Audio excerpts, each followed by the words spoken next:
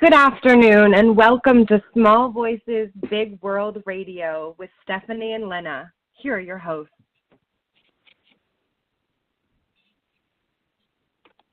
Welcome to Small Voices Big World. We're so excited for another wonderful radio show. Yeah, it is really exciting. I've had an awesome week and I'm really excited for this week's special guest. I can't wait to talk to her. She's so full of awesome information. So it's going to be a Oh, how have you been this week? Great. Things have been going really well. I'm enjoying the Arizona weather. I am actually planning on going hiking tomorrow, which is something that's really new for me because I have never really gone hiking too many times because being from Michigan, it's all flat land, so I can't wait to explore that. How about you, Steph? Cool. What have you been up to? Man, honestly, I'm just enjoying some beautiful California weather. It's finally a California day. I've been complaining because when I moved here, I thought like every day was sunny and 75 because I swear I heard there's like a song that says it's sunny and 75 always in California, but it's been so gloomy. And they're like, no, there's this whole period called winter.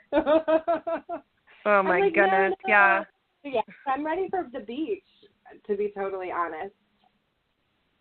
Well, I need to come visit you on the beach. We have no beach in Arizona, which is a cruel thing for me. But it's beautiful. I actually drove to Arizona a couple years ago, and it's gorgeous.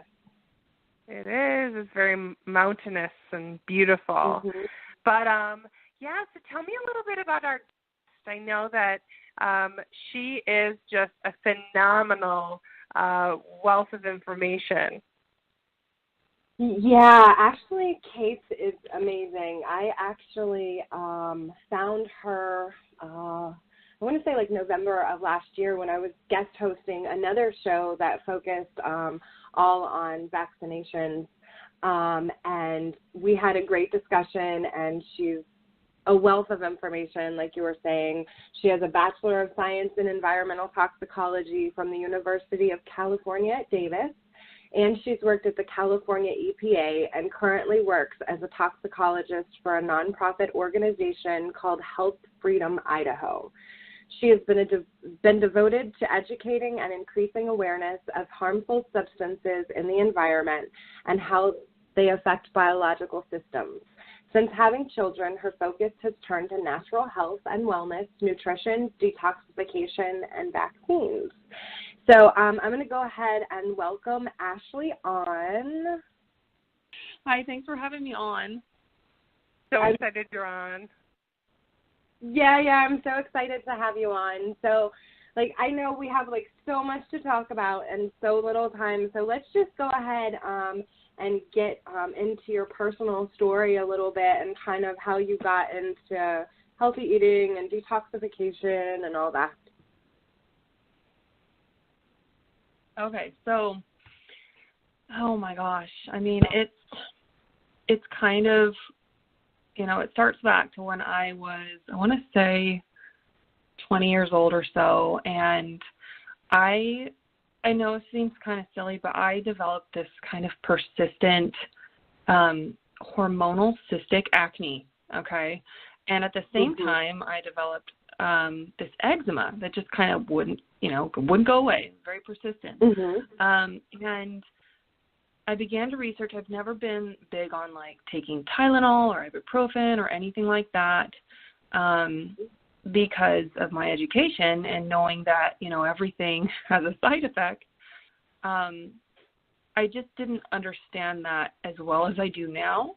But back then I was still pretty cautious, and so I wanted to find a legitimate fix, for my skin issues.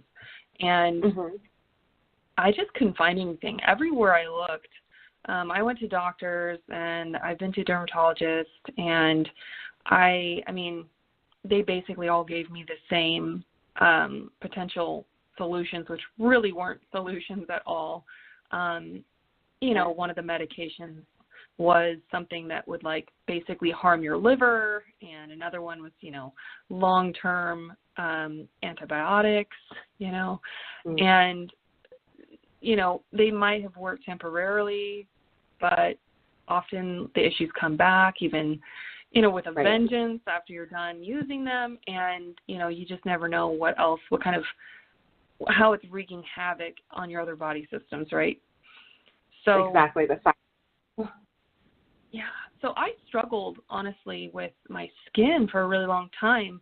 And, it wasn't just like that kind of surfacey acne. I mean, it was like the deep, painful, like, gosh, it just hurt. So anyone who's ever gone through that, I really feel your pain. And it was just hard. But thankfully, it wasn't something more debilitating. And so I'm actually, looking back, I'm actually thankful for having those issues, because it just truly spurred me to research, and it got me into looking into the science, looking into what people had to say, what worked for them, what didn't work for them, comparing that to, what doctors and other specialists were saying to do. It just made me look at everything, and take it all in. And so ever since then, I've just been someone to really, really dig deep, and it saved me so many times and my family from really, having to use pharmaceuticals or lots of different times. So. Okay. So tell me a little bit about your background in toxicology. Like, what is that exactly?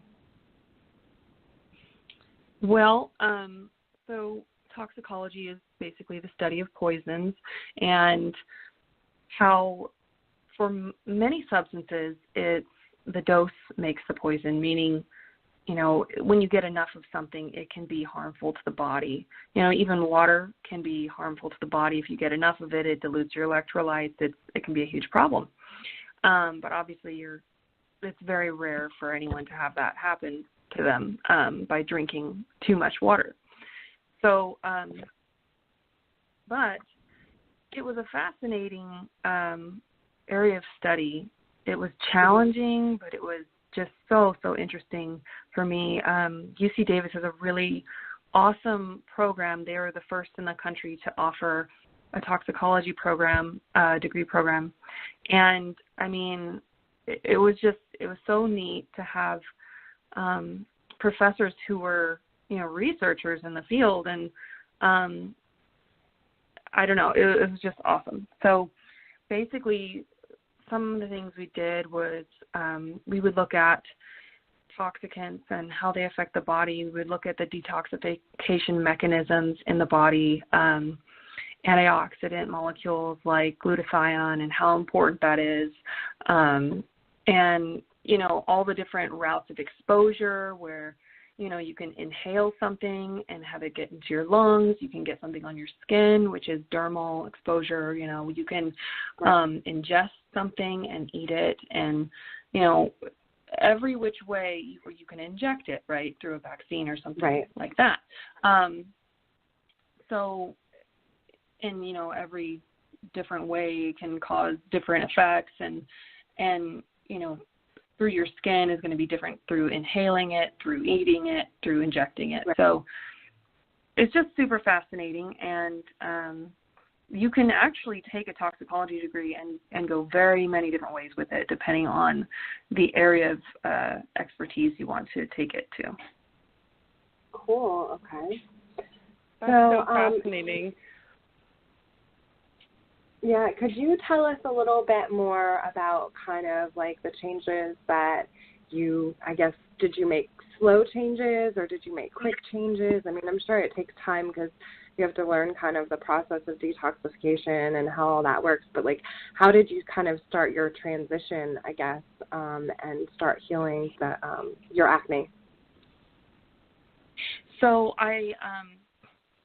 at first, I think everybody kind of does this when they first start to look into natural health and healing. They kind of tend to look external, and that's what I did. Is I started changing everything in my external environment. Things that were like the soap that I use, the shampoo, the even the dish soap and the lotion and the shampoo, everything I started trading out for healthier, cleaner, safer options. And then, I looked into things like laundry detergent and dryer sheets, everything. So I started there. I didn't notice a change, but I know that I was reducing my toxic exposure for sure. And then, I never really had much relief from it until I really drastically started changing my diet. And I decided, I think it was almost 4 years ago now, that I was going to just go to a naturopath and get a food sensitivity test. And they tested somewhere around like 96 different foods. And I mean, I had intolerances to gluten, dairy, all kinds of things. That was the bulk of it, but I mean, that covers so many foods when it comes down to what a typical American diet is like and what my diet was like at the time. So I basically cut gluten, dairy, soy, eggs, and a couple others overnight, which was very difficult. But I was still at this point in my journey where I thought, well, I still needed to learn a lot more about nutrition, let's say that.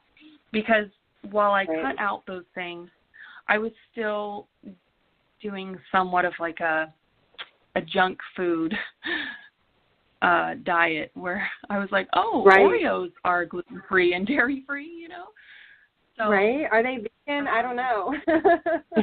Yeah, well, I think they are, but I'm not sure, honestly. I haven't looked at the label in Oreos in so long. I know. But at that point, I was like, I was cutting out a lot, and so I almost needed something to feel like I wasn't, being deprived of these other foods. Right. So, it was a transition for me for sure. And it was hard because, my husband kept eating the way he ate. My kids kept eating the way they ate. I was the only one in the house that wasn't eating pizza when everyone was eating pizza.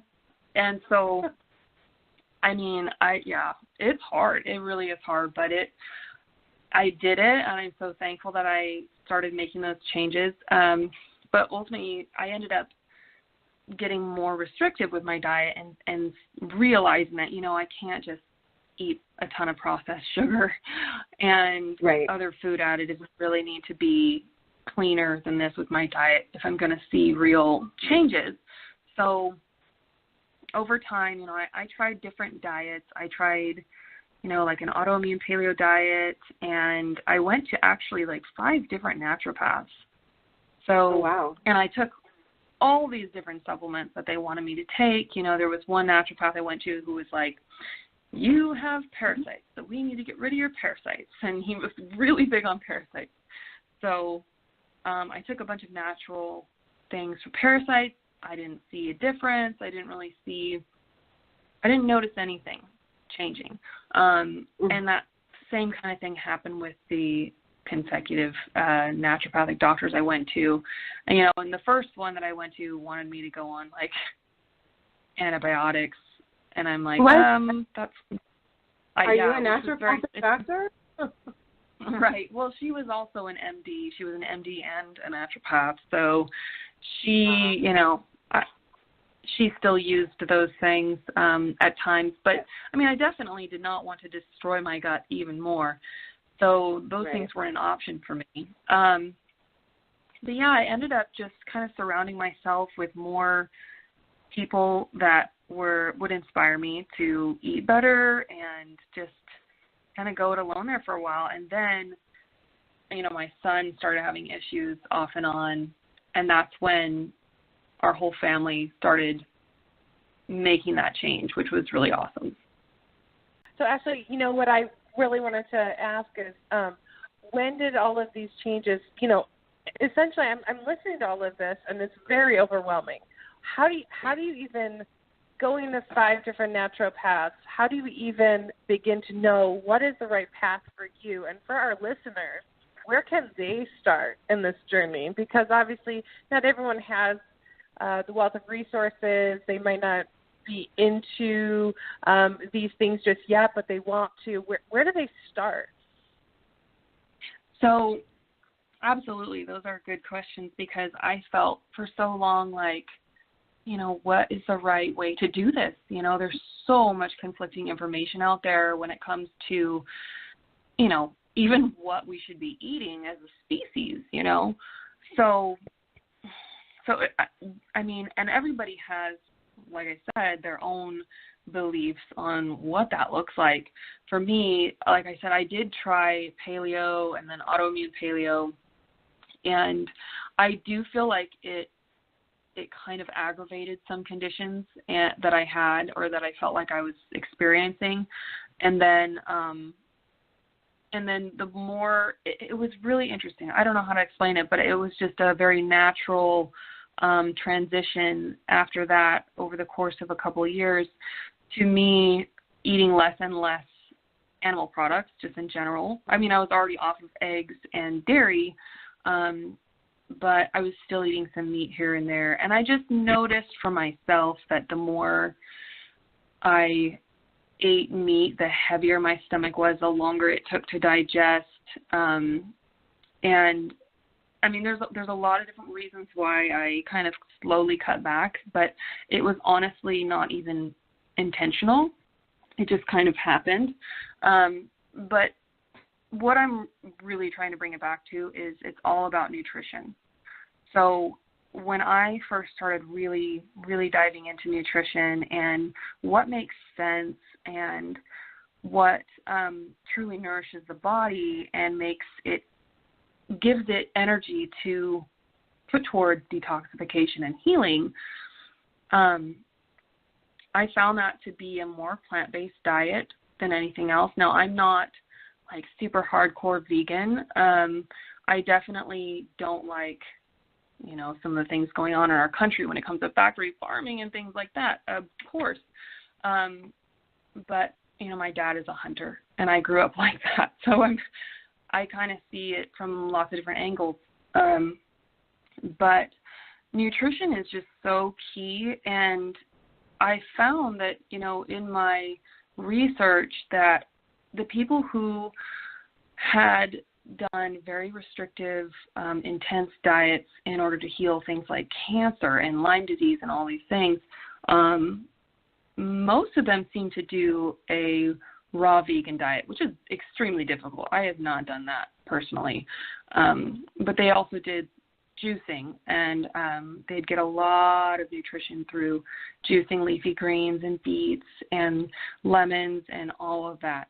So, if your diet is not, if you haven't gone very far with cleaning up your diet and making sure you're eating whole foods like, fresh fruits, smoothies, green juices, lots of veggies every day, and focusing mostly on that and not processed food, dairy, eggs, meat, I think that you're still going to prevent a lot of healing from taking place.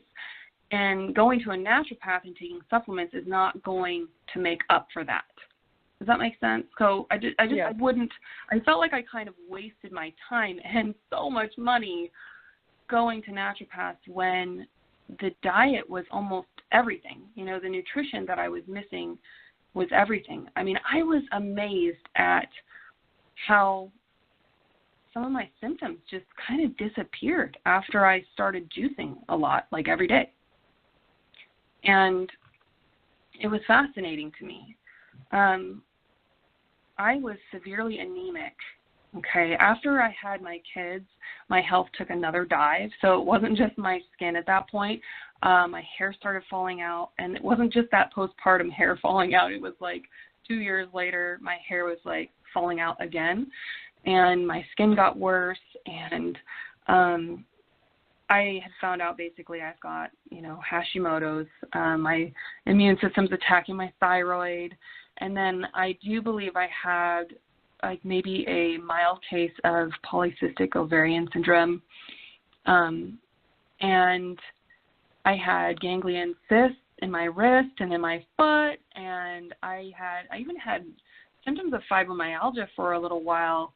Everything was sort of going haywire.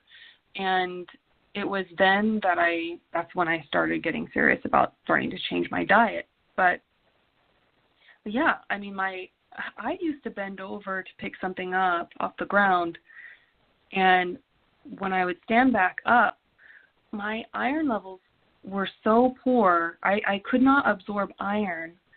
Something was so wrong that my head would start pounding so bad, worse than any headache I've ever had, and I'd start to black out, and I'd have to hold on to a chair just from bending over and picking something up.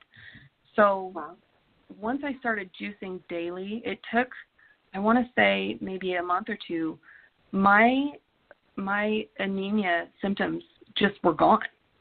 They just went away. And I have the documentation. I took my iron levels the summer previous to when I started juicing, and then I took my iron levels again the next summer. And the previous summer, my iron levels were so low that I actually got a call from the lab saying that, look, your iron levels are dangerously low. And then when I took my iron levels again, they had all leveled out to normal, healthy range, except for like the most basic of my levels, which was like borderline low. And I don't know, I was just amazed. It's really just from diet. I became so focused on not using supplements to treat my issues and only using diet. And that's kind of my goal now, is to show people that obviously there are going to be some times where you do need supplements. I do believe that. I take magnesium because I think it's they're really important. But for the most part, I fully believe in using nutrition to heal the body, and I do believe that it can happen for most people. Oh, definitely. I totally agree. Totally. Yeah, that's definitely one of the things that I talk to my clients about all the time is, like you were saying, and this goes to Lina's question too, is I know it's going to be difficult for you to go through this process. Start slowly. Start by eliminating outside toxins. Don't put anything into you that's toxic. Let your body start to heal itself and just fuel yourself properly. If we had all the vitamins and minerals that we needed in our bodies, most of us would be fine. That's the problem, is the lack of the vitamins and minerals or the ability to absorb and assimilate them. Yes, absolutely. So if you know anything about Gerson therapy, Gerson therapy, basically juicing for health to reverse health issues and even cancer. Gerson, I can't remember his first name, his wife, one of the things that she says in the documentary Super Juice Me, which I love, by the way, and I totally recommend watching it. It's awesome. It's on YouTube for free, called Super Juice Me. She says in that documentary she's interviewed, she says, all disease, all health issues stem from deficiency and toxicity. And I just found that to be so simple and true, because if you are deficient in something, well, that's when you start having, some really negative symptoms. It's sad to me because, a lot of people are on things like, let's say, depression medication today, when it's been found that magnesium can treat depression. And it's also been found that most people in this country are magnesium deficient. So think about all of the people who are using depression meds to treat their depression when maybe they're just magnesium deficient and they need more magnesium. That's crazy. Yeah. And then, on top of that, when it comes to toxicity, in my opinion and my belief, and what I've started to make sense of health, is that autoimmune diseases are not necessarily the immune system just randomly attacking its own organs or tissues. it's going after toxicity in the organs and tissues, because our toxicity that we are exposed to, it can settle in different organs and in your joints. And, they've even found that, mercury can be deposited in the thyroid, and that I think in one study they correlated that mercury load was, connected or linked to autoantibodies. So I just found that so interesting. And so, yeah, you can develop disease by having deficiency, like depression in that case of not getting enough magnesium. And in the case of toxicity, where your body's just starting to attack itself because it's trying to get rid of that toxicity. And in order to get rid of the toxicity, it has to kind of dismantle your cells to get to it. I'm fully on board with that view of health at this point in time. So here's the thing.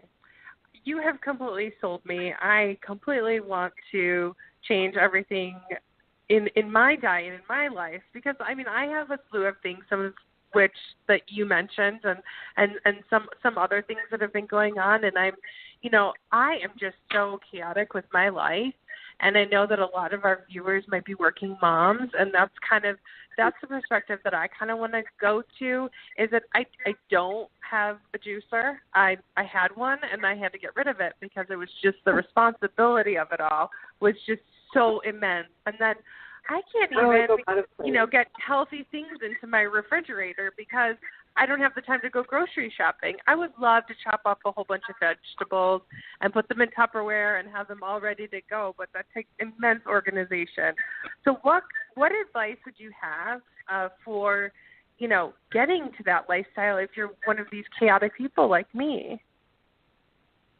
So I want to say, I totally get the chaos because I feel so scatterbrained these days when I'm trying to think about, 12 different things at once.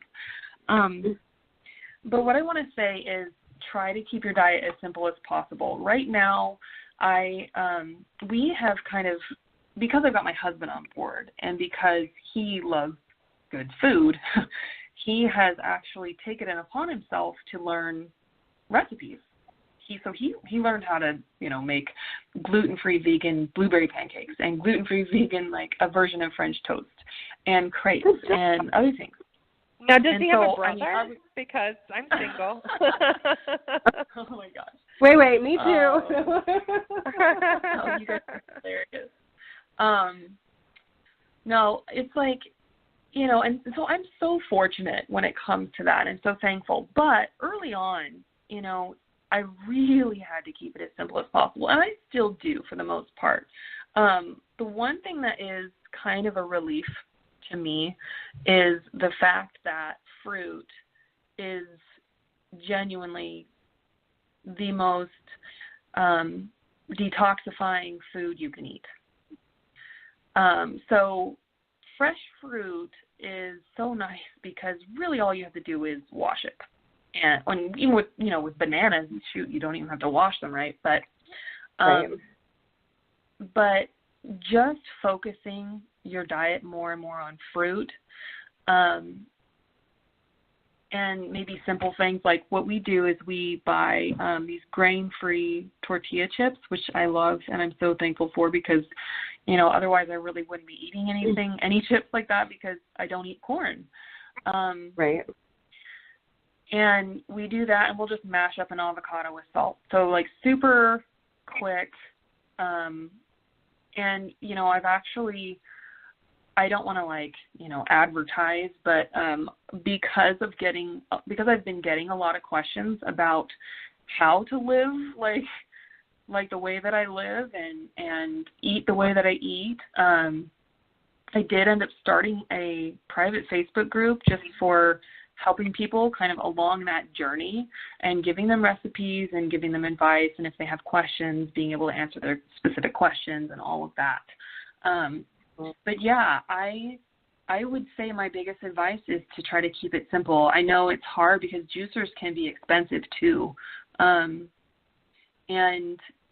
real quick, Ashley, will you give everybody the link to your Facebook page? Okay. So they can check it out. The way to sign up is you can get to the link at ashleycates.com. Okay, perfect. Okay. So sorry, go ahead. And there's a button on there that just sign up for Ashley's Facebook group or whatever. Yeah, I want to say your information is great. I'm on your Instagram and your Facebook, and you have awesome recipe ideas like every day. Oh, I'm glad. I'm glad that you're following and seeing all those, and I don't know. I'm really enjoying it, and I'm just so seriously. It's just funny because food makes me so happy these days. I've never ever been so happy about what I eat, and I just feel so good about it now. And I used to think, well, when I was 5-6 years ago, I used to think I eat pretty healthy, but man, food can really give you energy or just zap it. And I feel like even my taste buds have changed over time, and it's just been really, really awesome to experience that. But what I wanted to say again about just keeping it simple, the reason why fruit is such a good food is it's just ideal. It's ideal for the human biological, physiological, digestive, everything system, because it's, how do I explain it? Our digestive system is created not necessarily, when you compare humans to, let's say, carnivorous animals like big cats, or you compare it to like a horse or a cow, like these vegetarians that eat grass, herbivores, I should say. Our system, is most like the primates, and the funny thing is that they mostly eat fruit, right? So, right. And they get big and muscular even on mostly fruit. Now, one of the things that is so good about it is that it takes so very little energy for us to digest fruit. They're typically softer. They don't have a lot of hard fiber, like things like broccoli and, cruciferous vegetables, or even carrots. Those are more difficult to digest, especially when raw. And so it takes more energy out of us to do that. So I'm not trying to make veggies sound bad. They're great, but it's actually can be even more beneficial to eat fruit because it gives us so much more energy than when you eat a vegetable, because it takes so much energy to digest that vegetable versus it doesn't take as much energy to digest that fruit. So keeping it simple, if you can focus on eating berries and melons and oranges and bananas and apples and grapes, and there's so many good fruits. I think the sad thing is that fruit has gotten a bad rap simply because it contains sugar. The sugar from fruit does not feed cancer like processed sugar does. And that's one of the things that is just a bummer when I hear people say that, because fruit is just so healthy for you. So, we cut out all this sugar for my son, for myself, for my whole family. And it's just obvious. My kids can eat as much fruit as they want to eat, even juicing it along with vegetables. But if I were to give them even the littlest bit of processed sugar, man, their behavior is just crazy. It's just crazy. So the difference is huge. And obviously there's some snack ideas that I could give out to listeners. If you want, I could give them a few ideas of what they could do. For me, one of the things that I do as a snack is, like I said, I love chips and that's kind of my biggest weakness. So the grain-free tortilla chips, they're the Siete brand, and we have them here in Idaho at, Whole Foods has them, I think, too. So that with, just fresh salsa, honestly. Find a good, organic, clean, fresh salsa. Just eat that, you know what I mean? Mashed avocado with salt, fruit, and I start off the day nearly every morning with fresh squeezed lemon juice in some water with pure maple syrup. Oh, and a dash of cayenne. If you look into it, there's this thing called the Oh, I was going to say, why the maple syrup? Just curious. How does it all work? Okay, so pure maple syrup, obviously not like pancake syrup, but like pure, pure maple syrup from the tree, actually has nutritional qualities. It's actually got nutrients. And so the maple syrup is really just to help you drink it and have it taste good, and I mean it does also supply some nutrition, but it just makes it easy to drink, and it's so pleasant that it makes you want to drink more. So if you've ever looked into, there's this thing called the Master Cleanse, which is basically just what I said. It's water, I'm not going to give measurements because they usually drink this all day, but it's water with some fresh lemon juice, pure maple syrup to taste, and then like cayenne pepper. And they just drink this all day, every day for like 10 days.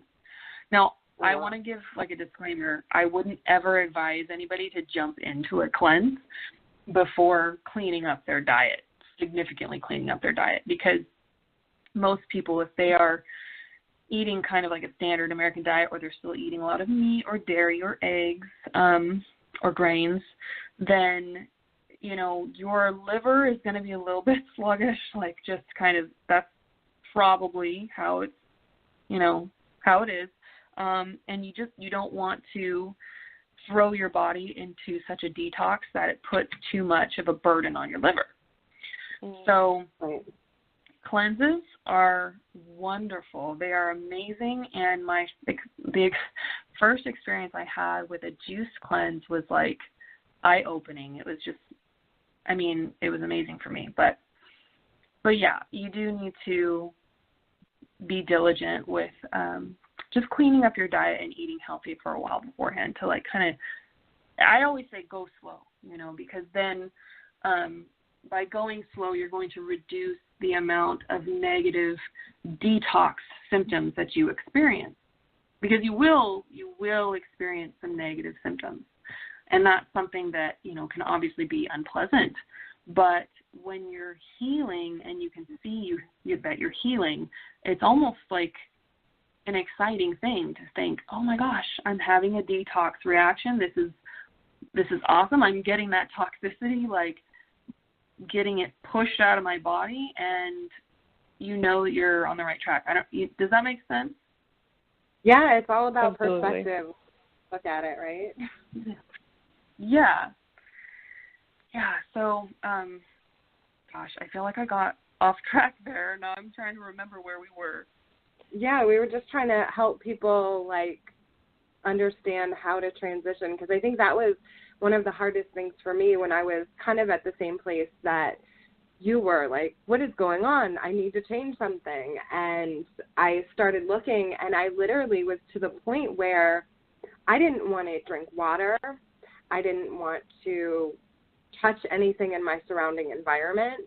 I didn't want to eat anything because of all the GMOs and the pesticides and toxins, and I was so afraid.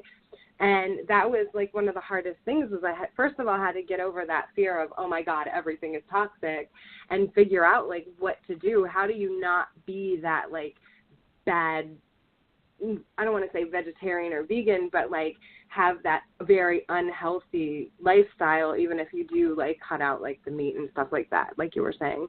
So what would you say are some maybe like easy transition things that you use to help your family kind of transition into it? Because I know, like, that's the hardest part is usually, like, the husbands and the kids. I mean, they already have a palate set, and they're like, all right, this is what I want to eat. And then you're like, nope, I'm changing it. Yeah, so it definitely was difficult, but what helped was we did do some intolerance testing on my son because we knew something was going on. And, I mean, he was having chronic stomach pain like almost all day and night. And so we tested him for, you know, gluten, soy, egg, and dairy. And sure enough, he was intolerant to all of those things. So that, you know, thankfully that gave my husband the motivation to really, you know, dive into it and say, okay, we're going to cut it out. So unfortunately, it's hard to do that if you don't do testing and know for sure. And on top of that, it's hard to do that if you don't have obvious symptoms that you're trying to address. So I can see how some families, they might notice that their kids aren't super healthy, but they don't have anything, you know, dramatically wrong. So it's not as much motivation to do something about it. You know what I mean? And then if you don't get any kind of testing, then it's really kind of up in the air. Well, does he have a problem with foods or not? I don't know. Doing the testing just gave us a solid reason to do it, you know. And so that I actually do really advise people to try to get some testing done if possible. We did like a stool test, and it was funny because we actually did all of it online. We didn't go to a doctor for it because we just wanted to do it ourselves. And thankfully there are places online to do that, which is good. But so one of the other things is you just have to, you got to get all that stuff out of your house that you're not going to eat. I mean, you can't like tempt yourself, you know what I'm saying? Because you're going to eat it. You're going to eat it. Right. If it's in your house, you're going to find a way to make an excuse to eat it. And I do that, you know, because I don't like to waste food. And it's, and cookies funny. taste really good. Yeah, exactly. And this one time is not going to be a big deal, you know. So yeah, you really have to find that internal motivation to be disciplined. And, you know, my husband, he's like, he'll, you know, tell people that I'm a really disciplined person when it comes to things like that. But even I struggle, you know, with trying to commit to doing like a juice fast or something like that because I mean, I love food. Who doesn't, right? So let me think about some of the other things you can do. I mean, like I said, I do totally suggest people following. You can follow me on Facebook, but you can also follow other people on Facebook who've changed their lives and post recipes and just give you that daily inspiration, just so you can see how they eat. I think a lot of people are like, what do you eat? You know, because you don't eat dairy, you don't eat meat, you don't eat, you know, gluten or bread or eggs or all of these things. I'm like, well, what do you eat, you know? Now that I've done this for a long time, it's like I feel like I don't feel limited at all, which is awesome. Right. And I know that right in the beginning, it's like, oh my gosh, you know, I can almost eat nothing. But the more you persist and the more you just dedicate yourself to it, the more you start to enjoy it more. I mean, it's just, I can't tell you how good it feels to eat healthy. It really does feel amazing. So I think the problem is that we have this idea of this food pyramid that we were given in, like, I don't remember, ever since like grade school. You had this food pyramid that said the majority of your food is supposed to be like bread. You know what I mean? And then like you work your way up, and then you're like, okay, you can have some vegetables and fruit, but like seriously, I think the problem is we need to kind of like reconstruct the way that we think about what food is, because when people ask me what do I eat, since I don't eat meat and dairy and all those other things, I tell them I eat real food. That's what I eat. I eat food. You eat food-like substances. Exactly. Yeah. I mean, it's fruits and veggies and nuts and seeds. Those are things that grow on this earth naturally. You know, anything that you can get into your body that grows naturally, that's what is real, you know? Even right, and how easy is an apple? Pick up an apple and rinse it. Right. And chew it. And the other thing is, I feel like people are kind of, when they look at an apple, it's like lackluster. You know, they kind of look at it because they had like all this stimulating food, processed foods, and all these things. Well, the more you shift your diet and the more you kind of get rid of the chemical food-like substances out of your diet, I truly believe the more those foods, like fresh fruits, become more satisfying to you. Right. Like you were saying, taste buds changed. Yeah, definitely. I will say, Ashley, if we can just circle back around, you know, you were talking about your son, and then a little earlier we were talking about just like how crazy it is that, you know, some people are treating themselves with antidepressants when it might just actually be a magnesium deficiency. And I've been thinking, you know, how intuitive are we as human beings? You know, where maybe we're not sick with something, but we're not necessarily meeting our full potential. For example, I think that a lot of behavior issues, which you loosely mentioned before, but also, you know, in my area of work with babies, everyone thinks that colic is normal. And really what I've started to realize is that there is no such thing as colic. Your baby should not be fussy. So, you know, I think that what you're saying in terms of nutrition, I think that, you know, yes, your children might not be sick, or yes, you might not have some kind of a disease, but that doesn't mean that you are normal, because I think that there is no normal. Normal is feeling good, and if you're not feeling good, we should probably reach a different level. Wouldn't you agree?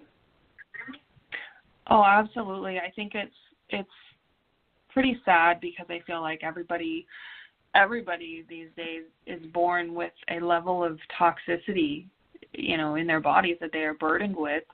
And, you know, it just kind of sets us up, along with vaccines and all kinds of things like antibiotics and other toxic substances that we even put on our skin. It just sets us up to have just issues. I mean, just health issues, like all kinds of health issues. And due to everybody's different genetic material, it can present differently. Could be the same type of toxic substance, and in this person it can mess them up here, and in that person it can mess them up there.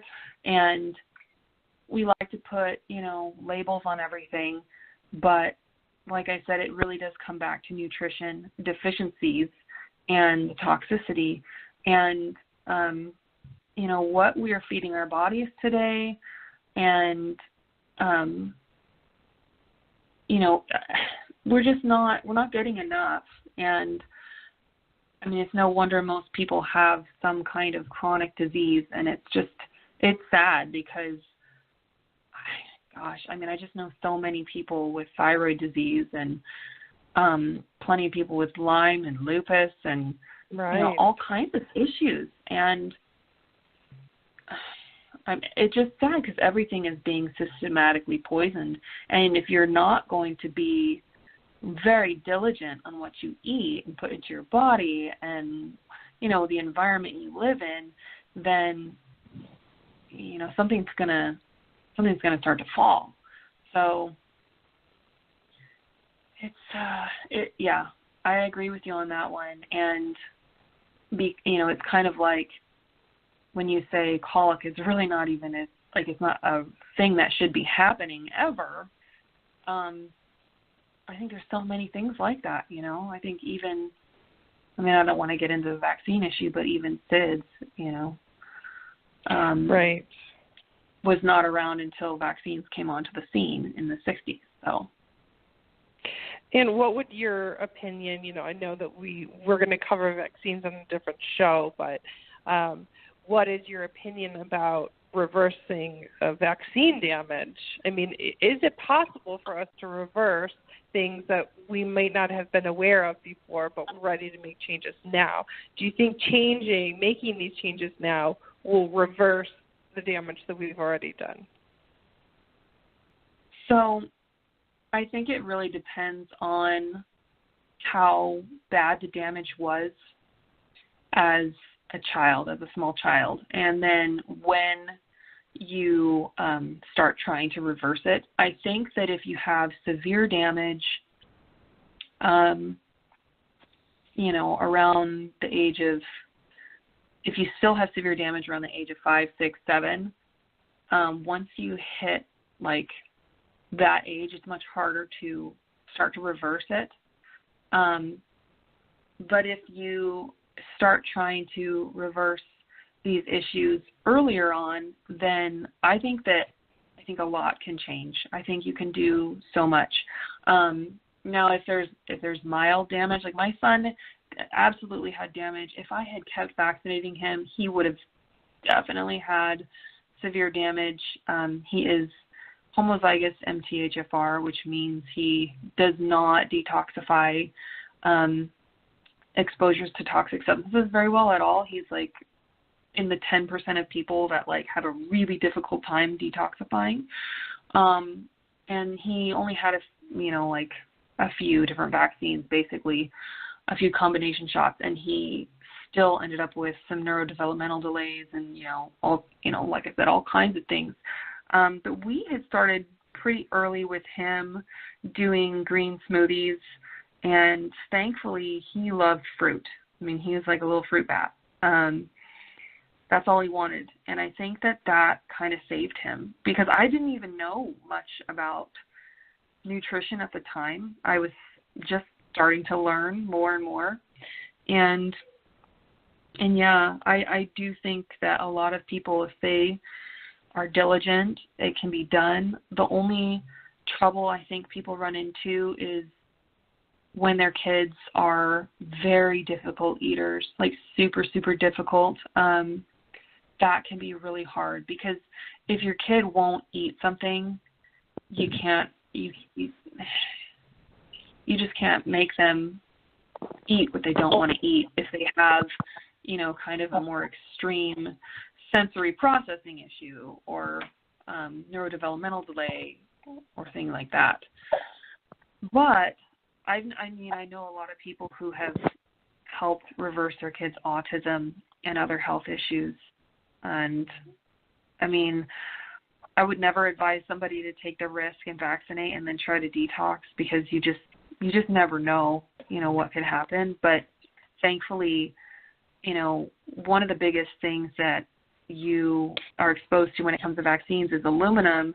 And thank goodness there is, a lot of research on aluminum toxicity, and Dr. Chris Exley has done a lot of research on how to pull aluminum out of the body using silica. And, even magnesium can help with that as well. And there are a lot of different natural substances like nettle and quercetin, which is a flavonoid compound in fruits and veggies, and N-acetylcysteine, which helps increase the amount of glutathione in the body, which is a major detoxifying molecule. So there are a lot of things that you can do, and it's just not easy, you know what I mean? But it can be done. It definitely can be done. So do you feel like, because you said you don't like supplements, do you feel like a person could consume enough of the nutrients and minerals that they need on a regular basis to maintain good health. The only reason I ask that is because, like, I know people that, like, don't really eat a lot of food. So, like, say, like, I'm one of them, and that's why I do a lot of, like, the hemp seeds and spirulina and chia seeds and, like, all that stuff so I can make sure I get my nutrients, because, like, I could eat, like, a couple of salads a day and be full, but probably not have enough nutrients.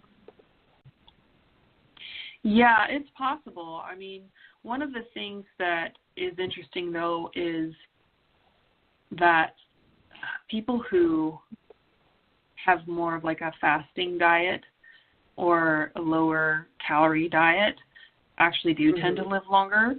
And, you know, they've done a lot of research on fasting just in general.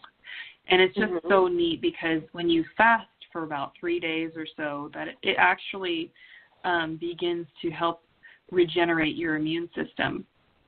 And your body produces new stem cells, which it's amazing because new stem cells can turn into any cell in the body that you need. So,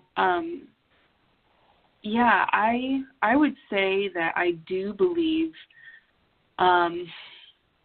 that for a person that's not like super toxic and a person who, a person that doesn't have chronic disease and has like a lot of toxicity, then yes, I do believe that people can get everything they need through diet, but I do also would highly suggest in there that people do juice every day, because that is where you're going to get that potent nutrition without expending a lot of digestive energy, you know, to break it down.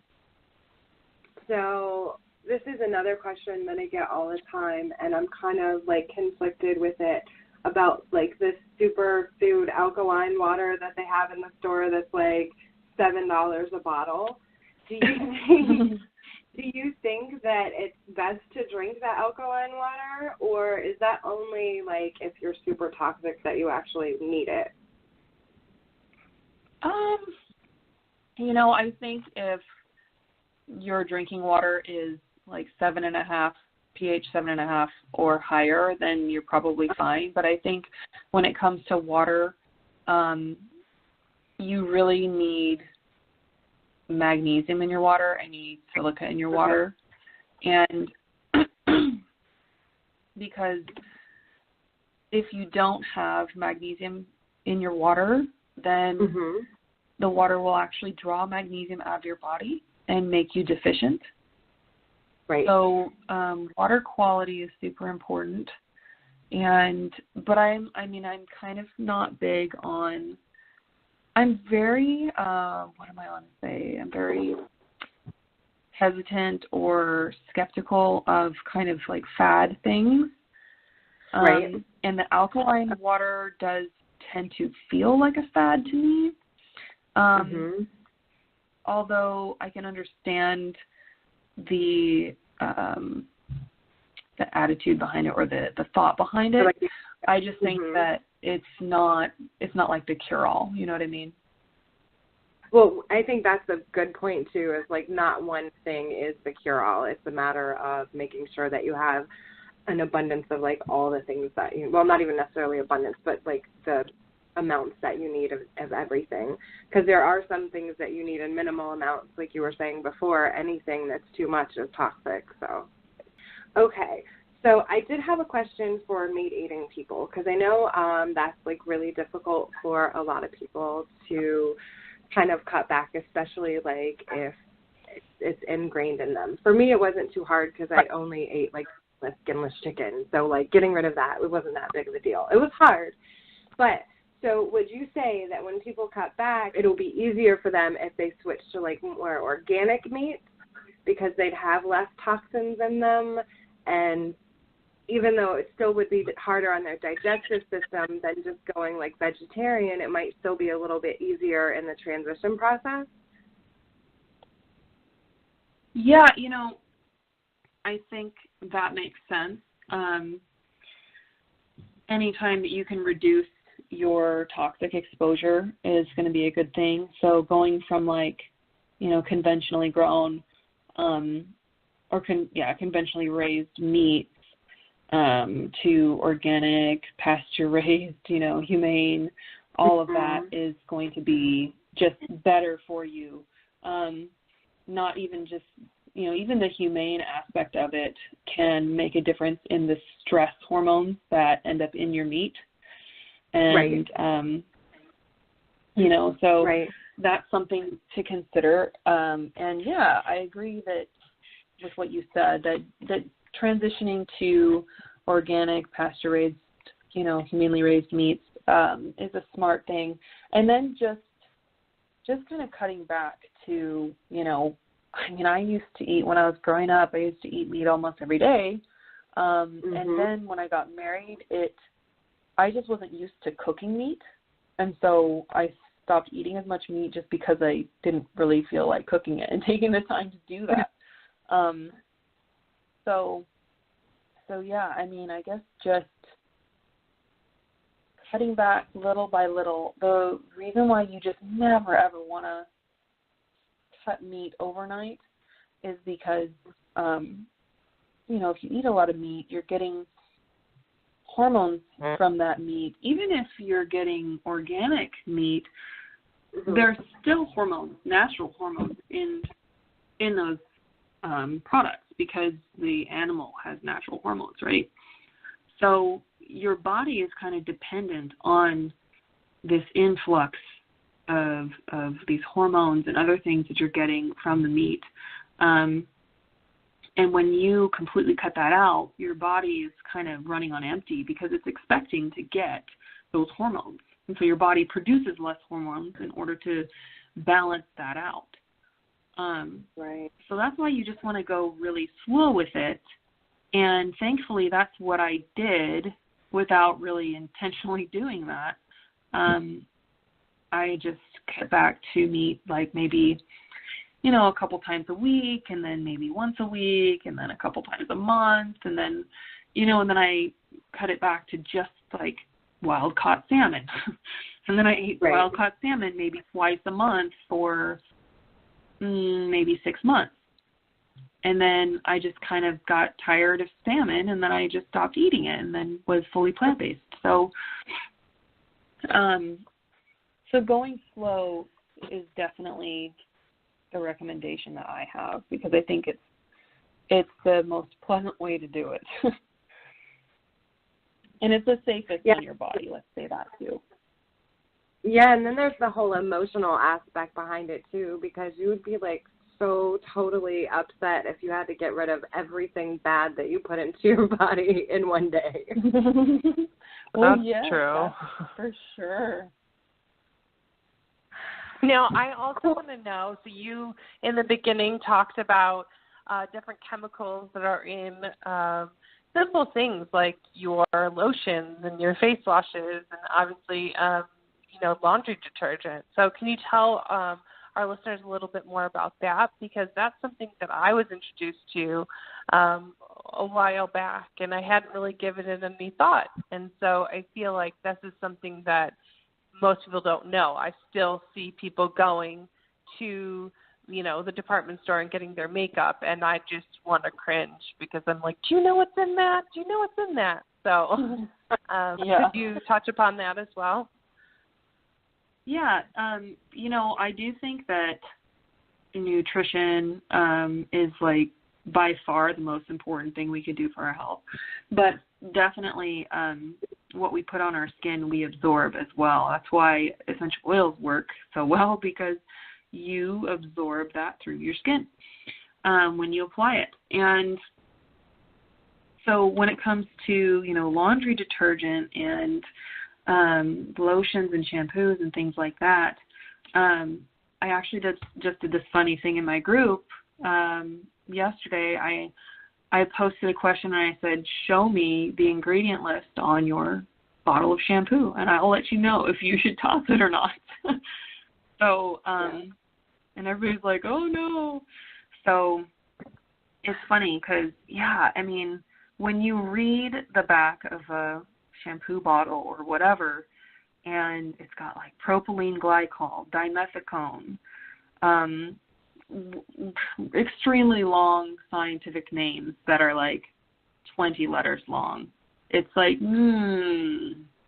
what you can do is you can actually take those chemical names and you can go to the Environmental Working Group.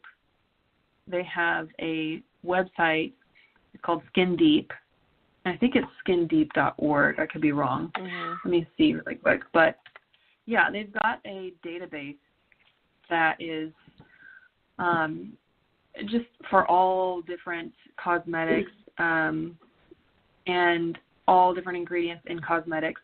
Now, and you can put that into the search bar, whichever chemical name you want, and you can find scientific information and on, you know, like whether or not it's an endocrine disruptor, if it's been implicated in causing cancer, all kinds of things. But the problem is that new products, relatively new products these days, which, so some of these companies have wisened up and thought, oh, okay, so I don't want to put these really well-known bad ingredients in my product. Let's come up with new ingredients that are not those horrible ingredients, and let's put them into our products. Well, the problem is that there's no safety data on those ingredients now. And so there's a whole host of new ingredients going into our products that when you go to the Environmental Working Group Skin Deep Cosmetics database, you can put in a chemical compound, and it will say that it should be okay, but when you look deeper into what they have to say on that ingredient, there's no data often.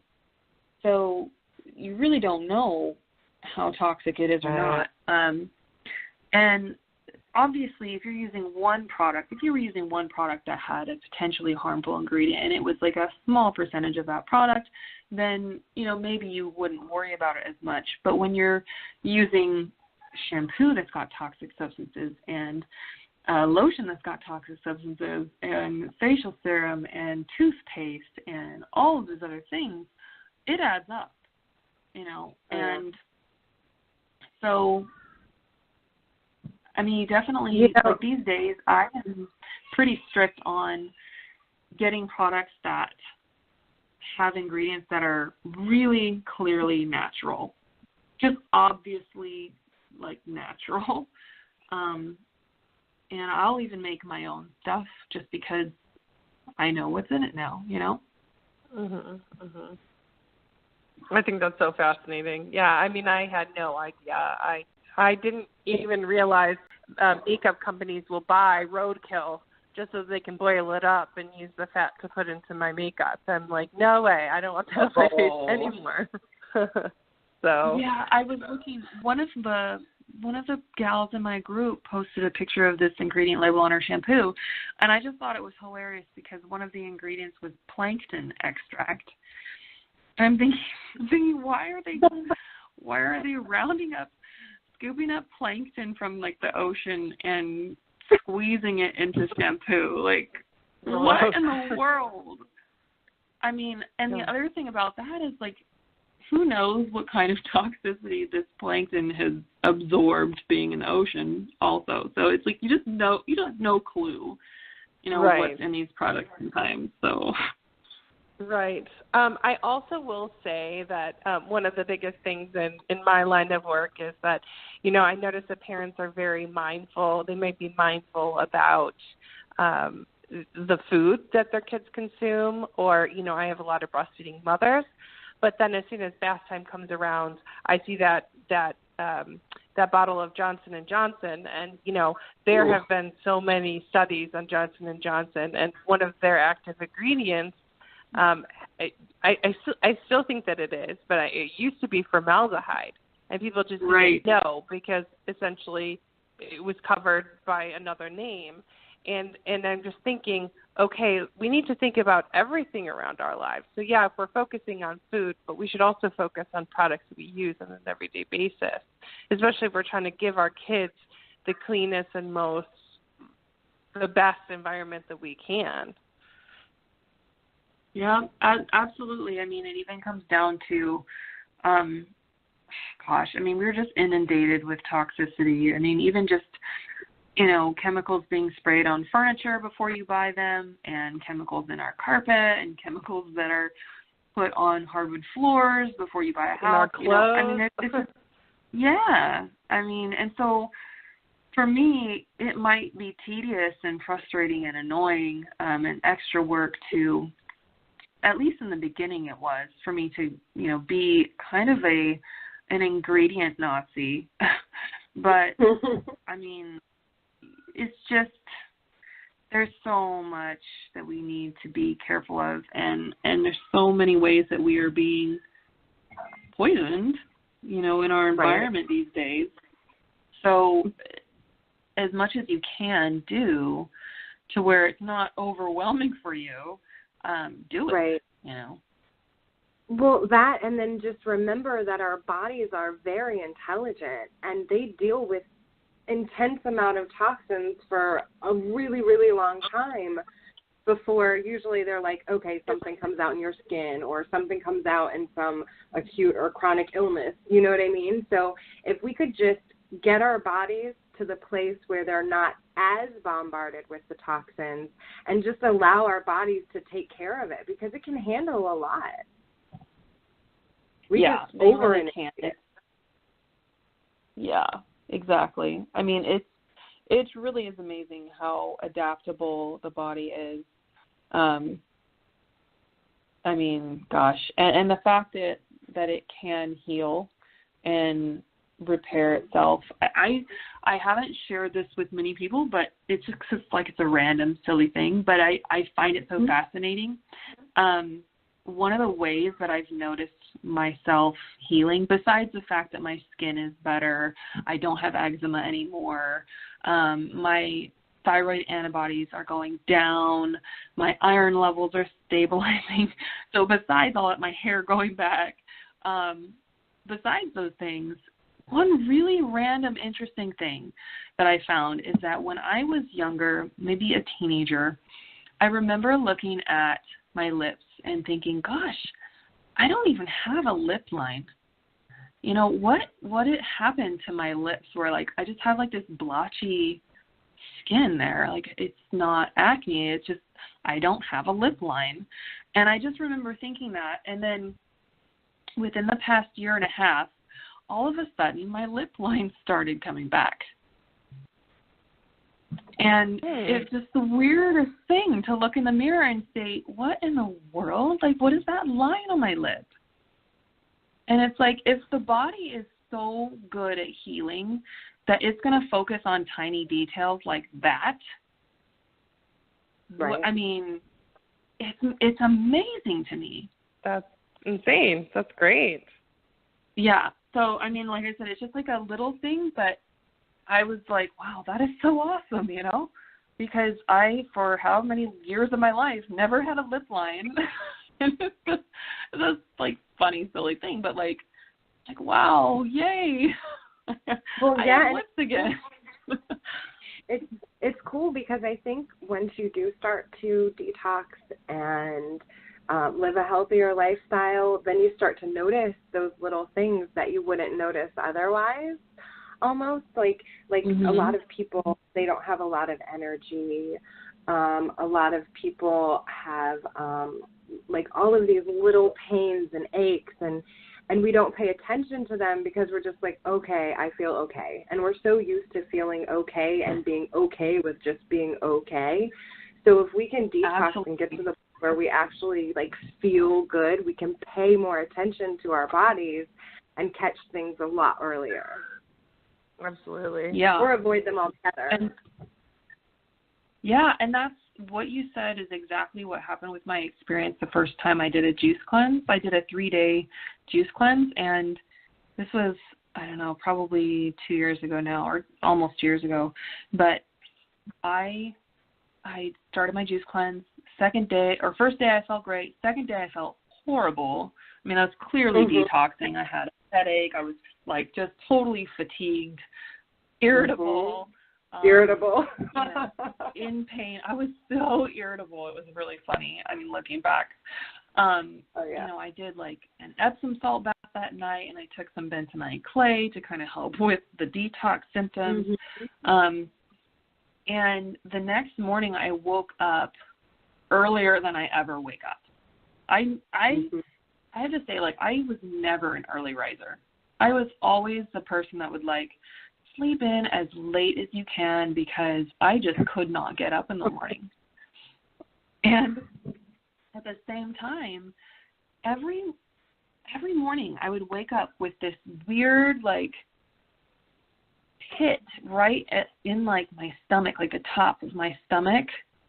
And it was almost, like, painful, and I kind of felt, like, cavernous and, like, I just don't even really know how to explain it. But every morning I would wake up and it was there. And the only reason I knew it was there is because there were few days over the past decade where I woke up and it wasn't there.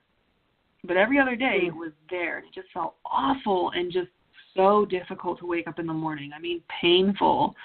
So the third day I woke up, this juice fast, that feeling that I had every day of my life practically for like a decade was gone, and I woke up like 3 hours earlier than I normally wake up, even though I didn't get a lot of sleep the night before. So it was like my body, something was there. I have no idea what it was. I have no idea. But I had been living with that for so long, thinking that was just like normal for me. It was just the most amazing thing because it's been gone since then. It's not come back.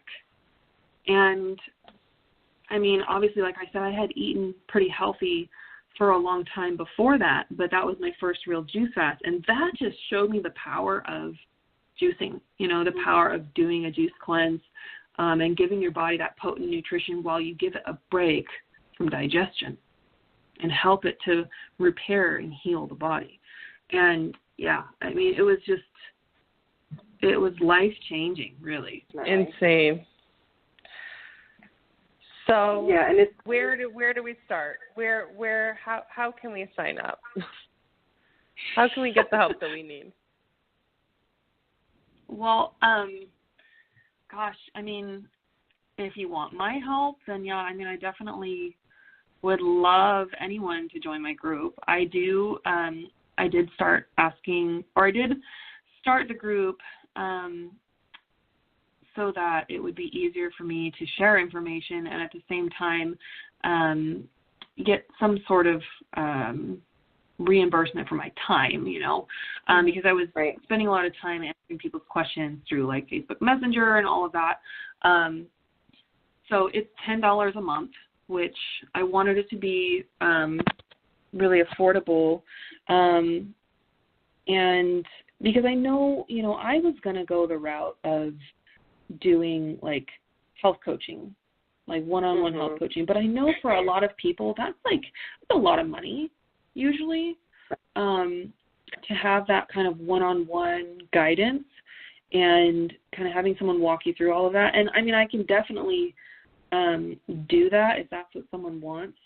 But I just know that there are a lot of people who don't have all that extra cash laying around to pay someone for that kind of time and, intense help. So that's why I started the group. And like I said, you can get there and sign up through my website, ashleycates.com. But really, there are a lot of people out there on Facebook and on Instagram, and I know it took me a really long time to learn from so many different people and to figure out what made sense and what worked for me and what I could see working for other people. And so you can definitely do it yourself, just like I did myself. But it does. It honestly does take a lot of commitment, time, energy, just focus to do all of that. And so, but trying to start off simple and cutting back little by little is if you can commit yourself to cutting back and doing it like, this month we're going to cut back on this, that month we're going to come back on that. We're going to eat just fruit for breakfast. The simpler you can keep things in the morning, and the longer you extend that overnight fast by not eating, the more time you're giving your body to try to heal. If you do that lemon water in the morning, and if you do some good herbal teas that have gut healing properties in them, there's so many things you can do to help your body start to heal as you kind of start to transition your diet. And that is kind of the point of my group, is to really help people transition their diet. Because that's the other thing, is I've tried so many different products at the store, like substitutions for dairy products and just all different kinds of things. And I've tried different supplements too. And so I, just give everybody my recommendations, and whatever questions they have, I'm there to help answer. And it's a very new thing. Like, I've only been doing this for about a month, but I really enjoy it. I try to keep the information flowing daily, and even just, absorbing the information. The more that you read and absorb, the more that it will be on your mind, the more that you will be motivated to do something. Like, one of the recipes that I find amazing and is kind of like a staple recipe now for us is the cashew cream cheesecake. And I don't know if you've made that before. No, it sounds amazing. Like I said, my dad is not restrictive on his diet. He eats meat, eggs, whatever, right? He's a hunter. But when he tasted this vegan, gluten-free cashew cream cheesecake, he was legitimately impressed, because he was like, that tasted exactly like cheesecake. And this is a no guilt cheesecake, you guys. Like, the ingredients are, they're healthy. They're all healthy ingredients. And so it's fascinating and wonderful, like, all at the same time. But it's basically just coconut milk, coconut oil, raw cashews that have been soaked. Then you've got fresh lemon juice, vanilla extract, and pure maple syrup, and a little salt. And that's all it is. Oh, man. And it's so delicious, You're going to have you guys. to send me the link to that recipe. Yeah, I will. Yeah, that sounds amazing. Now, okay, back to the pure maple syrup. How do you get that? Would we find that at Whole Foods, or is that something that we're really seeking out? Okay. Yeah, so you can definitely get it at Whole Foods, but it's probably going to be super expensive at Whole Foods. I usually get mine at Costco, and they have organic pure maple syrup at Costco, which is awesome. At least at my Costco here in Boise. And it's way more affordable at Costco than it is at like Whole Foods. At Whole Foods, it's probably $20 to $25 a jug, and then at Costco it was about $11. So it was like half or less than half. Yeah, last time I went to Costco, I literally got like 9 jugs of maple syrup, because we use it for everything. Anything that we want to sweeten, we use maple syrup pretty much, and it's awesome. But no worries. So this brings another question. So I gravitate towards wanting to go to Whole Foods because I figure that's where everything is, and so it's great to know that there are places like Costco that, as long as we're really mindful of what we're looking for, we can find the ingredients that we're looking for and the foods that we're looking for, right? Yes, and that, the awesome thing is that genuinely there have been more and more people who are becoming more aware and conscious of what they're eating. And I really think that kind of like the plant-based organic movement is really gaining some steam, because over the past year or two, the Costco near me at least, man, it has kombucha, which is like, kombucha at Costco is like, wow, you know. And it's got a ton of organic berries there and organic other organic fruits and vegetables, organic guacamole and salsa, and it's just, yeah, I mean, they're getting more and more stuff because the consumers are demanding it, and I think it's wonderful. Yeah, it's definitely time for that, and it's really good when people start realizing like how much control we have over everything. It all comes down to where we spend our money.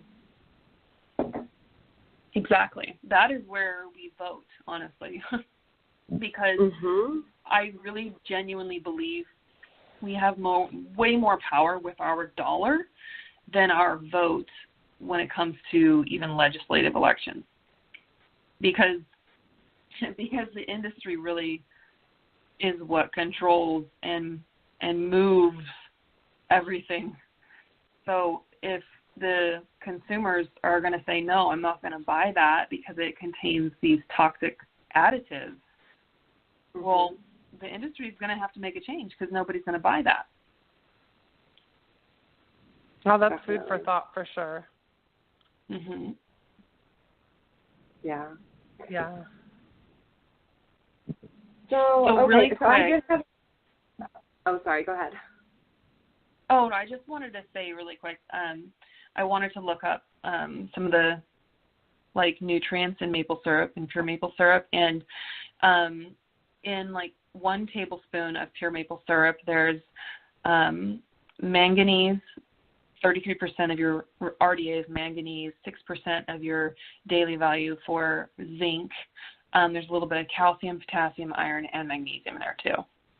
So, and there's other antioxidants and things like that in maple syrup. So it's not just a sweetener. And the reason why maple syrup is not harmful like processed sugar is because of those, you know, the enzymes, the cofactors, the vitamins and minerals and things that are in maple syrup naturally. Our body knows how to recognize something that has been created by a tree and not a factory. You know what I mean? Right. Oh, I love that. I love that. That's perfect. Okay, so I was going to ask you actually like what it was kind of in the maple syrup. So thank you for clarifying that, because I wanted to go back to the master cleanse, because like I know a lot of people that have like tried that. But my question was, what's the point of the cayenne? I understand like the lemon is probably for like alkalizing, right? But what's the point of the cayenne now that I know the point of the maple syrup? Okay, so I'm trying to remember, but what I remember, I think, is that the cayenne, I believe what it does is it kind of stimulates the lymphatic system and helps push it helps increase circulation.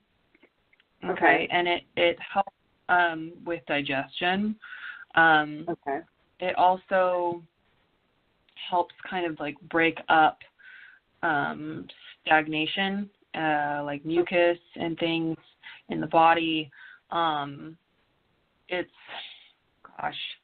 There's a lot of benefits to cayenne. It's pretty awesome, but it's just kind of like a way to get things moving. Got it. Okay. No, I was just curious because every morning I do lemon and water and Himalayan salt. So I was trying to understand kind of like the purpose for that. So like maybe I'll add that into my like normal routine kind of thing. Yeah. Cool. My last question for that was, so you said obviously when people go online and look up the Master Cleanse, don't do this like every day for 10 days. How would you recommend people do it? Just drink what, like 8 ounces in the morning, or what would you say? Yeah, for that? You know, that's what I do, and I actually do give it to my kiddos too, and they love it, and which is nice but I don't put the cayenne in it for them.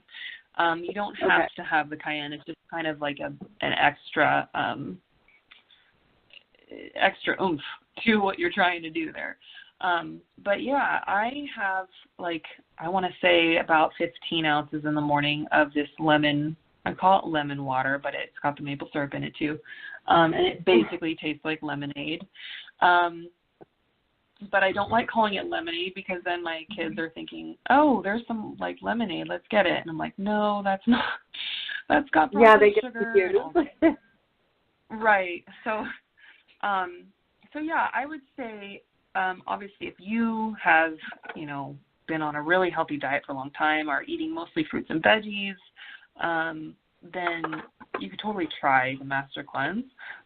But starting it for 1 day, see how you do, and then the next day, and don't force yourself to do something, just listen to your body, But yeah, for other people who are just trying to start to give their body more nutrition, more cleansing foods and juices, yeah, doing 8 to 16 ounces of that in the morning, first thing. Don't eat anything else, and give your body a little bit of time afterward to just kind of deal with that, just to digest it and absorb all of those nutrients, before you start eating. Yeah, I mean, that's a great way to start the day, honestly. Okay. Cool. Leads me to another question. So we keep on saying maple syrup. How do you feel about honey outside of the fact that it's not super sustainable and it's not vegan? Right. So I do really love honey. I will use it in tea, but man, I agree though that it's not very sustainable, and I couldn't get this out of my head one day where I read this thing on bees, and it had said something, I can't remember the exact amount, but it was a bee only creates a quarter teaspoon of honey in its entire life. Oh my gosh, how many bees does it take to make all of the honey that I have consumed on a weekly basis, you know what I mean? So it definitely made me value honey more, because I'm don't waste the honey. Use every last drop. A bee died for that honey, Right. Possibly. But yeah, I mean, I think that there are recipes that I use honey in, but when it's not necessary, I don't use it. I don't use it. And, honestly, it's probably never necessary when it comes down to it. That's what I'm sure vegans would say, no, it's not necessary. So I'm not going to discount that. But in some recipes, I do prefer honey, if that makes sense. But it would probably taste fine with maple syrup. Got it. So I know you're not big on supplements, and I'm not either. I really don't think pill form of anything is the best way to get it. But are there any, superfoods that you recommend for people to kind of start supplementing the nutrients that they're not getting? Well, yeah. I mean, I actually do take magnesium every day because I don't know that I'm getting enough when it comes to the water I drink. I kind of am borderline getting enough when it comes down to when we tested our water. So I do take magnesium every day. And just because my own grandmother had Alzheimer's, and I just know that aluminum is an issue, and we're all getting aluminum from somewhere. So that's another way to help prevent dementia and Alzheimer's, is by getting more magnesium. So, and gosh, magnesium is just amazing. Like I said, it can treat depression. It can also reduce your incidence of stroke and several other health issues. So I definitely recommend finding good magnesium. The thing is there's a lot of different types of magnesium out there, and there are a few different kinds that I probably wouldn't recommend. The one that I use daily is magnesium malate, and the malate comes from malic acid, which is found in fruit. Okay. And it's actually really good for the digestive system and your gallbladder and other things. And then there's magnesium threonate, which is actually more for brain health. But yeah, so magnesium is definitely one of the ones I would say is definitely not going to hurt if you supplement magnesium, because I think most people get enough calcium. But then another one is probably some probiotics. When you are vegan, yes, you do kind of have to worry about B12. The cool thing is that, you know, the cows get their B12 and the other animals get their B12 from microbes in the soil. So back in the day, before we were, you know, doing all this agriculture, people would have their own gardens, and then they would, you know, let's say pull a carrot out of the ground, brush it off and eat it, and there would still be a little bit of that dirt or soil on there, which includes those microbes that make the B12. Right. So we used to get B12 from our veggies, but we don't anymore because we are such a, you know, we are so aware of cleanliness. So there are a couple of strains of bacteria, and I might have talked to you about this before in our last podcast that I did for the vaccines, but there's 2 strains of probiotic microbes that I would recommend for that, and one of them is called L. reuteri, and the other is L. rhamnosus. And those are really important for children who have neurodevelopmental delays and, maybe sensory processing issues, and also, you know, social behaviors that are in line with autistic or autism. So that can be transformative for some children. So I would definitely recommend trying it. And there are other strains of probiotics as well that are always, I mean, there's just, we all probably need some probiotics because of any antibiotics we've taken, obviously. Right. But Exactly. the other good thing about that is we can get it from, you know, I'm sure you know this, from sauerkraut. Sauerkraut's a good one to include in your diet for that. So you don't necessarily maybe need probiotics, but they can help for sure. Other things I would look into are just herbs. And so one of the ones that I'm trying lately is horsetail. And horsetail contains a lot of silica. And that is a really great detoxifier.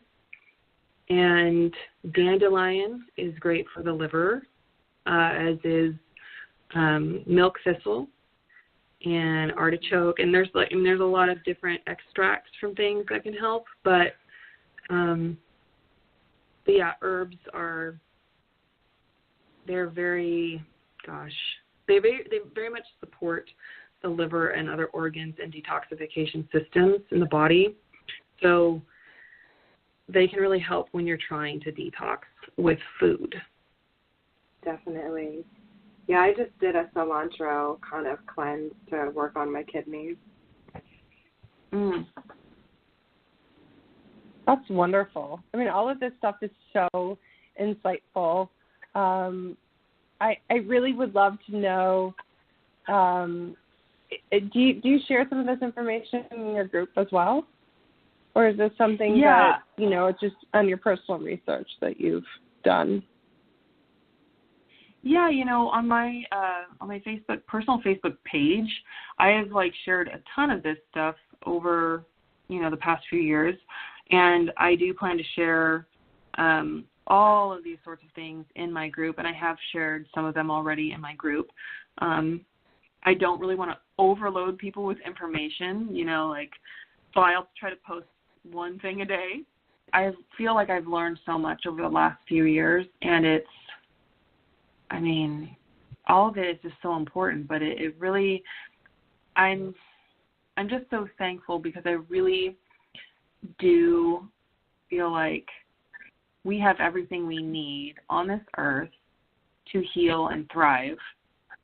And it's amazing, you know, we've all been taught to believe that we need the medical system and we need pharmaceutical drugs and all of this stuff, you know, but the more that I learn and the more that I experience my own healing and the more I see other people around me healing, it's just amazing. It's just wonderful. So that is so great. I think that there's a lot of hope in what you're saying. I think that one of the biggest things whenever I'm telling my clients in terms of learning that, you know, it's never too late to learn something new, and that there is support all around you. So that's why I like the concept of you not doing something one-on-one, though you said you could, but I like the idea of a group, because I think we all need to empower and encourage each other. And I think that that's really what Stephanie and I are trying to do with this radio show, is that we might not know everything, but, you know, we're hoping to bring people on that will educate us and then educate our listeners. And I definitely feel, and I'm not an old lady, but I feel like, oh, I'm so behind already. But what you've shared with us today, I really believe that, wow, you know, there's still hope. There's still things that I can do to change and make my life better, because I don't need to live a subpar life. I don't need to be tired. I can wake up early if it's possible, you know, and that is a really, really valuable message, I think. Well, I'm so glad that is kind of empowering to you, because it definitely, when I started seeing it this way, it became so empowering to me. And that's why I legitimately get excited about when I have juice to drink, when I have veggie juice, you know, green juice and beet juice and all those things. It's exciting, because I'm thinking, wow, you know, like, if I just give the body what it needs, my body will heal. And because I've seen it start to happen, it's just, there is so much hope. There is so much hope. Definitely. With small lifestyle changes, I think everyone could be so much healthier. So, okay, so we only have like a few more minutes left, but I had one more question for you, because I know people with children, it's really, really difficult to transition. So what were some things that you did to help them? Did you, like, teach them about foods and gardening, or, like, did you take them to the grocery store with you? Like, what things did you do to kind of help them, or were they kind of too young to start that process? So my son, when he was having a lot of stomach pain, he was 4 years old, and thankfully he was really receptive to talking about food and why we need to be careful and change things and all of that. I mean, he knew that he was having stomach pain, and we just flat out told him, like, look, buddy, the foods that you're eating are hurting your body, and we need to eat differently. So we're not going to be eating any of this anymore. We really want you to feel good about what you're eating and feel like you're getting good tasting food. So we'll do whatever we can to, you know, to give you like healthy treats and things. And, you know, we would make, you know, we'd go to birthday parties and things, and we'd have to bring all of our own stuff, you know, because, I mean, we just would have to.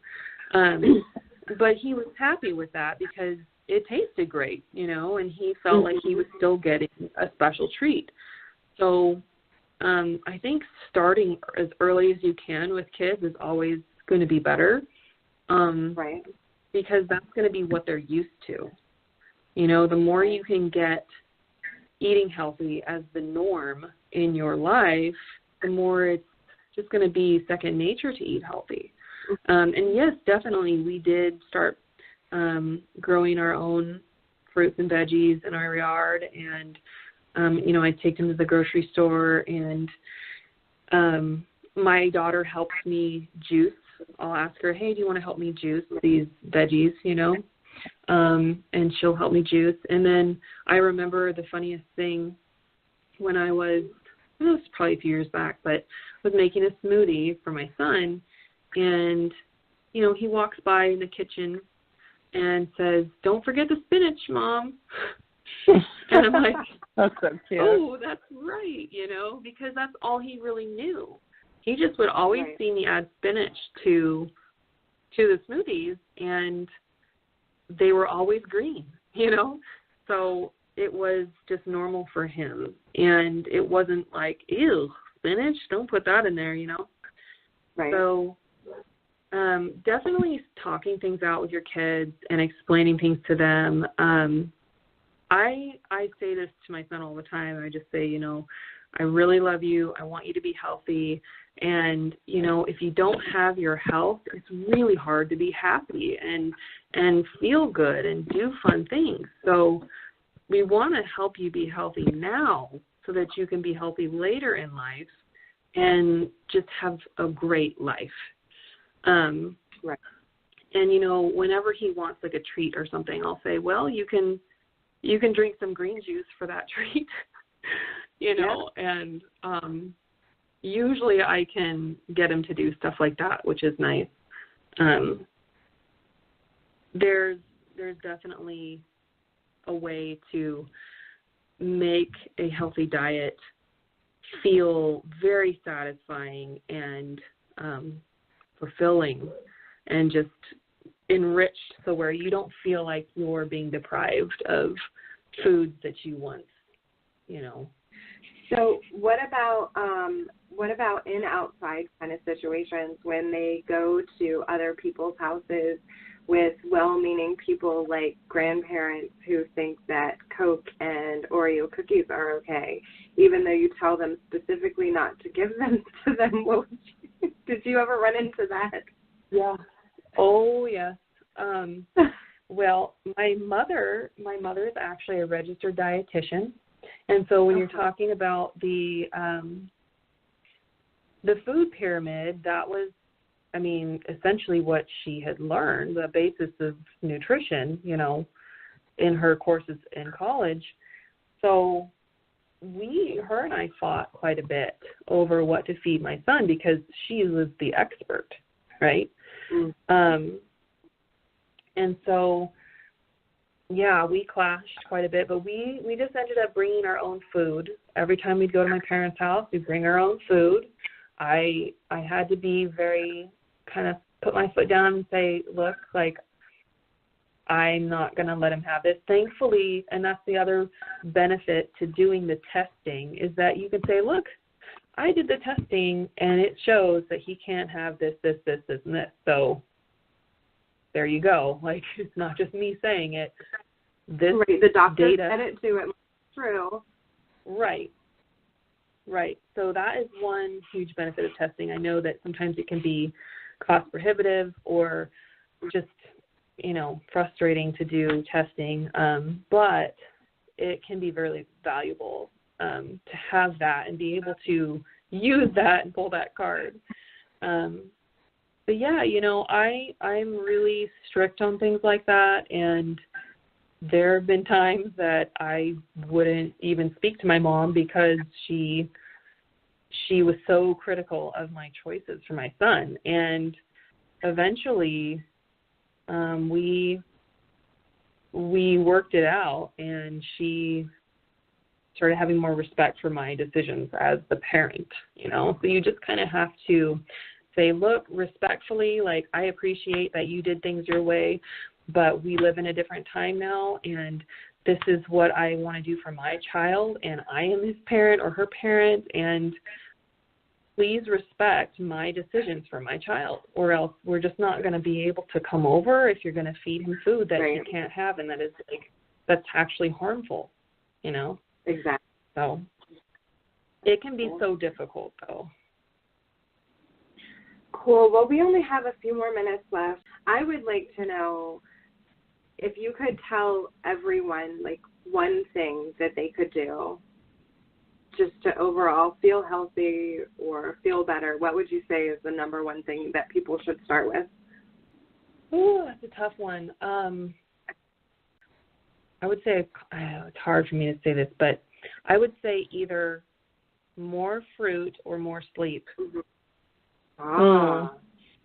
Sleep is huge. Because sleep is it's so huge, and the more we stay awake, the more we want to eat, the more we reduce the time that our bodies are able to, shift into that repair and detox mode, and they're going to stay in that digestive mode. So getting more sleep truly helps our body to heal and repair. And it also, obviously our mood is going to be better. We're going to feel, more rejuvenated and refreshed when we wake up. So that's a tough one, because obviously we've been talking about nutrition this whole time. And it's so many vital, things. Right. But exactly. It's just kind of one thing at a time. Do as much as you can, but it's all so important. It really is. Awesome. I love that. Well, could you go ahead and give everyone your contact information so they can find you on Facebook, your website, all that good stuff? Yeah. So my Facebook page, what is that? I don't even know what the address to it is, but I'm Ashley Cates, but it's actually facebook.com/ Oh, yeah, you can get to my Think Love Healthy blog, Think Love Healthy on Facebook. That one is specifically for vaccine information. Got it. Okay. But when it comes to, my personal Facebook page, it's just facebook.com/Ashley Nelson Cates, because Nelson is my maiden name, Nelson. And then you can follow me on Instagram, and that is Insta, like Instagram, but Insta_Ashley Cates. And I just try to share, what I eat and what I buy at the grocery store, and different recipes that I make, and, what life is like eating the way I do. It's so different than what I used to do, but yeah, there's that. And then if you wanted to look into my group, my website is ashleycates.com. And if you go there, there will be a link to sign up to join my private group on Facebook. Yeah. So, I actually will probably put those new websites on both on our social media, because we did have it under livehealthy.com. So I will make those changes so that people can access you, because now I'm looking at your Instagram, and it's amazing. I'm kind of an Instagram snob, so that's where I look all the time. I like the pictures. So awesome. Cool. Well, Ashley, I'd really like for you to send me a link for that cashew cheesecake recipe. Oh, absolutely. If you don't mind, I'd totally appreciate that, because I really want to try it. I might go get the ingredients today and go make it. Yeah, but then, for sure. And then there was one other thing. You had mentioned that there was testing that you can do online for the allergies. Do you have a specific one that you recommend for that, or just kind of look it up on Google? Gosh, I think, let me see if I can find the laboratory that we used. Okay, I think what we did, it doesn't, the website is not very great. Let me see here. Okay. Maybe, gosh, wait, is this the right one? Oh, wait, no, this is a different one we did. I might have to get back to you on that and send you a link, because no worries. I can't remember the lab that we used, but I have the paperwork somewhere. Send us a link so we can always give it to our viewers through the Facebook as well. Okay. Cool. I'll do that then. Ashley, thank you so much for coming on. I really appreciate you giving us your time and your knowledge today. Yeah, absolutely. Thank you so much. It's nice and fun to chat with you guys about this, and I'm just so passionate about it. It's just something I really enjoy, so I totally appreciate you having me on. Yeah, you're a game changer, girl. Thank you so much for being on. Oh, thanks. Yeah, thanks, and we're definitely guys. going to get you on again maybe in like the next 2 months and have you discuss the vaccine injury thing. Awesome. Okay, sounds good. All right. Take care, sweetie. Bye-bye. Bye. Bye. Thanks, everyone, for listening to Small Voices, Big World. We always love having our guests on, and we just are wishing everybody a happy and healthy week. Yeah, definitely. Everybody have a great week going forward. And remember the tips that Ashley gave. Eat more fruit and get more sleep. Love it. Yeah, so if you want to contact Stephanie, you can reach me at stephanie@edensbalance.com, or you can check out my website. It's www.edensbalance.com, and you can check out my Facebook page. It's facebook.com/edensbalance. And you can always catch me, Lina, either on Instagram at howtodoula.this, or I also have a Facebook page. I try to reply really fast, and you can find me there, howtodoula.this. All right, guys. Have a good week, and we'll be back with you next week, 3 p.m. Pacific Standard Time. Bye. Bye-bye.